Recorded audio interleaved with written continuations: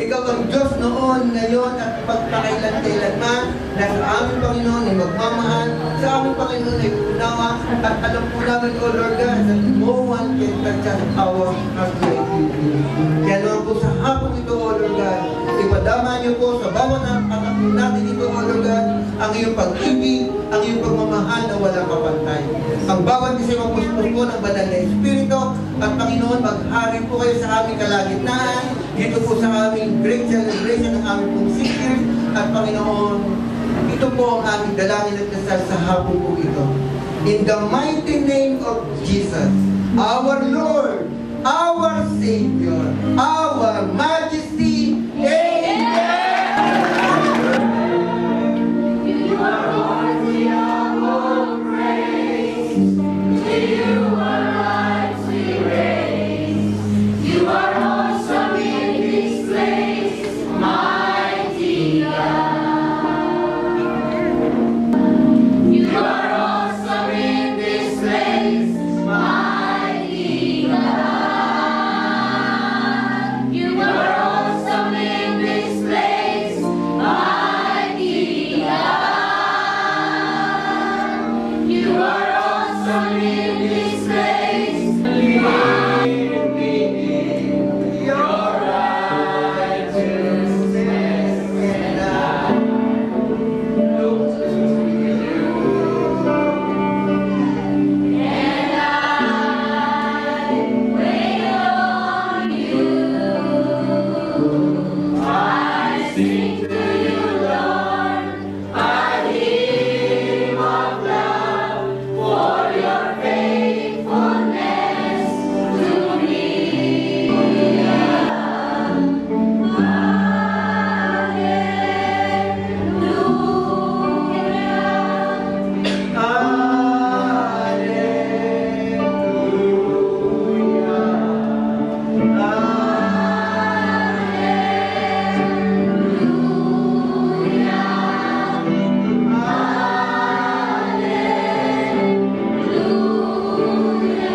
Noon at nais ko pong i-welcome kayong lahat. Salamat po sa inyo. Medyo ibang ambiance ng church. Ano po? Para tayong nasa, para tayong may session dito ngayon. Amen?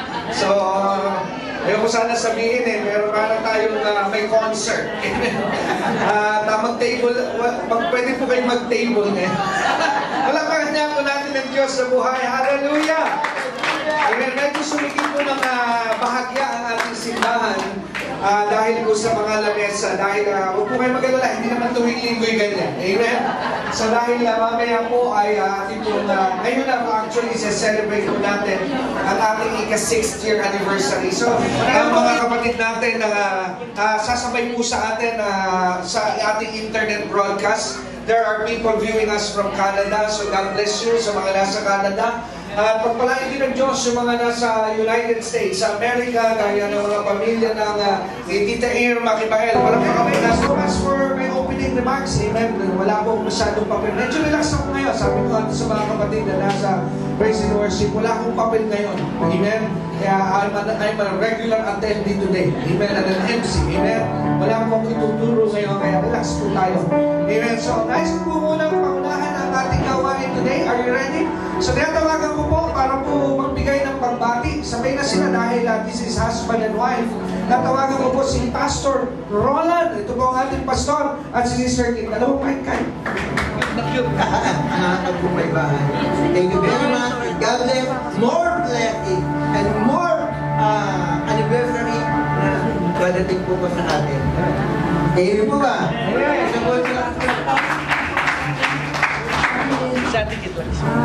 God is so good, no? Napakabait po ng Panginoon na nakita po niya na nung kami po umalis sa church na pinag-isan po namin, ang unang-unang naging worry ko po ay yung paano na po ako makakadinig ng mga powerful preaching ni Pastor Dex every end of the month at yung Bible study namin once a week, no? So, yun ang naging burden ko. Hindi ko alam kung paano pa ako makakapakinig ng mga salita ng Panginoon na ginagamit talaga si Pastor Dex. Pero God is so good talaga na nakita niya yung puso ko na ayokong mawala sa ganon. So, alam niya kung saan niya kami dadalhin. So, dinala niya kami dito, and I am so thankful, so grateful, no? From the bottom of my heart, nagpapasalamat ako dito na kami dinala, na sabi ng ganon, all things work together for good. Nagpapasalamat ako kay Pastor Dex, sa church na ito, na truly na siya ay ginamit ng Lord na sa kanyang mga salita that He's been blessed with. Tunay na ito ay sinishare niya sa atin, no? Tunay na ang kanyang mga revelations ay talagang sinishare niya sa ating lahat. Kaya tayo naman po ay tunay na natututo sa lahat ng kanyang mga itinuturo sa atin. Maraming salamat po. To God be the glory. At kami po ay nandito. Kasama po kayong lahat. Si Pastor Dex at ang kanyang family. At maging si Bishop na naging kabahagi na rin po kami. Dahil kami po ay nasa biyaya. Salamat. Noong 1988, ako po ay naborn again doon po sa Maya Theater sa Cubao. Yung po pala, yung pinuputahan ko ay Juanes po. Kaya po, dahil maalam ako, newly convert. Dahil talagang blessed na blessed po ako. Dahil ako din po ay isang panatikong Katoliko. Sabi nga po sa Pagano katok na, di po pa. Yun.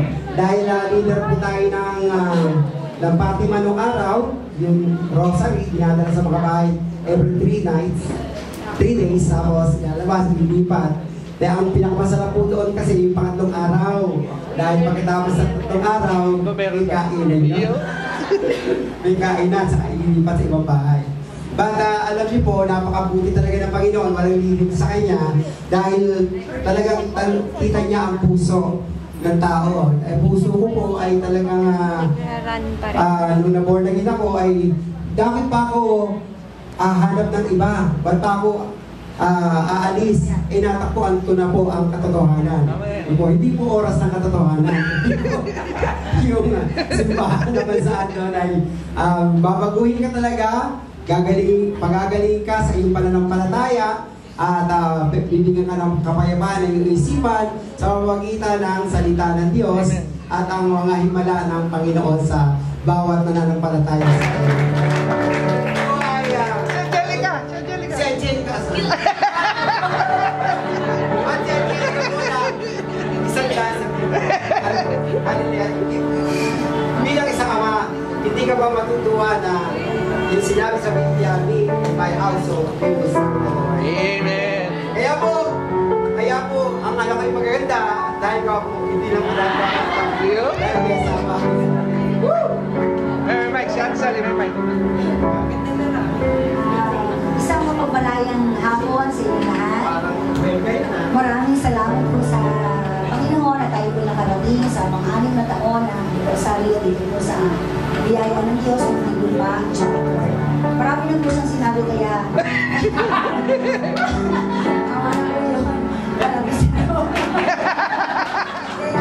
Nangyari kami ay nasa panahon na kami ay naliliglig po sa aming pong pananampalataya. Ang sinabi niya ng ating Bishop, Brother Fred, kung sakali man na tayo ay magsara sa Metropolis saan ka pupunta, ang tanong ko po ay dalawa lang. Maaring ako ay bumalik at ako po ay sa Victory Church. Subalit nung magkaroon po kami ng relasyon ng ating pong pastor ngayong kapanahonan natin kay Pastor Dexter, ang sabi niya, Brother Fred, itutuloy natin yan, sama-sama tayo. At ako po ay natuwa ang aking puso dahil noon hanggang ngayon, magkasama po kami ng ating pong pastor na si Pastor Dexter Turan. Kaya po, marami pong salamat at tunay nga po na sa ating pong pagtitipon sa hapon ito, muli maranasan natin ang napakagandang pong senaryo ng anibersaryo ng ating pong church dito po sa Muntinlupa. Maraming pong salamat. Natutuwa po ako na bumalik po dito na napakaulad ko na. Praise God! Amen! Alala ko po, nasa apartment po kami po dun sa tabi Dito, sa katabi lang. Sabi daw po ni Rami, ano. Pero salamat sa Diyos dahil talagang God is so faithful, ano po, throughout the years, ano po. At privilege po na ginamit rin po kami ng Panginoon dito. Kasi si Pastor Carlos that time, ano po, si Lilang Sali din po pala, nakakilala ko. Sister Marlene Cinco, hanggang ngayon, Cinco pa rin. Salamat sa Panginoon at natutuwa po kami na makita po kayo na napakaundan. God bless you and God bless you more and more sa mga susunod na tao.